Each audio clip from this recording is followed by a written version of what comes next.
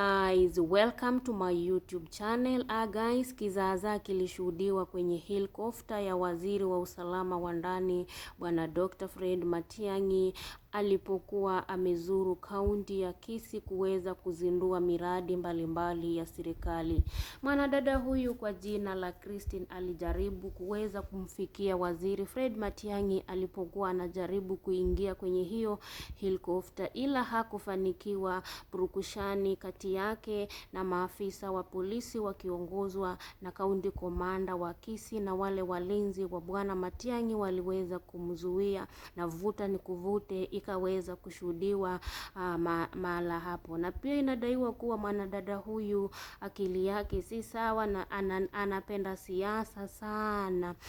Kwa hivyo alikuwa tu amfikie Fred Matiang'i na amweleze moja mbili. Fred Matiang'i alikuwa kwenye kaunti hiyo ya Kisii kuweza kuzindua hospitali mbili za level 4 ambapo ameweza kuweka mawe ya ujenzi, na ujenzi wa hospitali hizo mbili utakuwa unang'oa nanga, mojawapo ikiwa ni Kibacho level 4 hospital. Na baada ya hiyo mwanadada huyu alijitahidi kuweza kumfikia ili amweleze moja mbili tatu, ila hilo halikuweza kufanikia.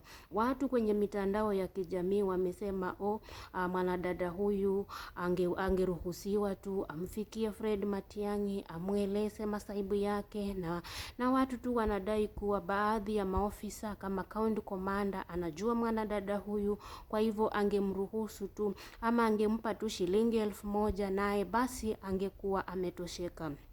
Na pia kuna wengine wanasema ingefanyika vile ilivyofanyika kule Bungoma, wakati bwana mmoja kwa jina la Wanjara aliweza kudandia ile helikopta iliyokuwa imebeba mwili wa Jacob Juma na kuweza kuumia. Ni watu tu, ni Wakenya walivyosema hivyo.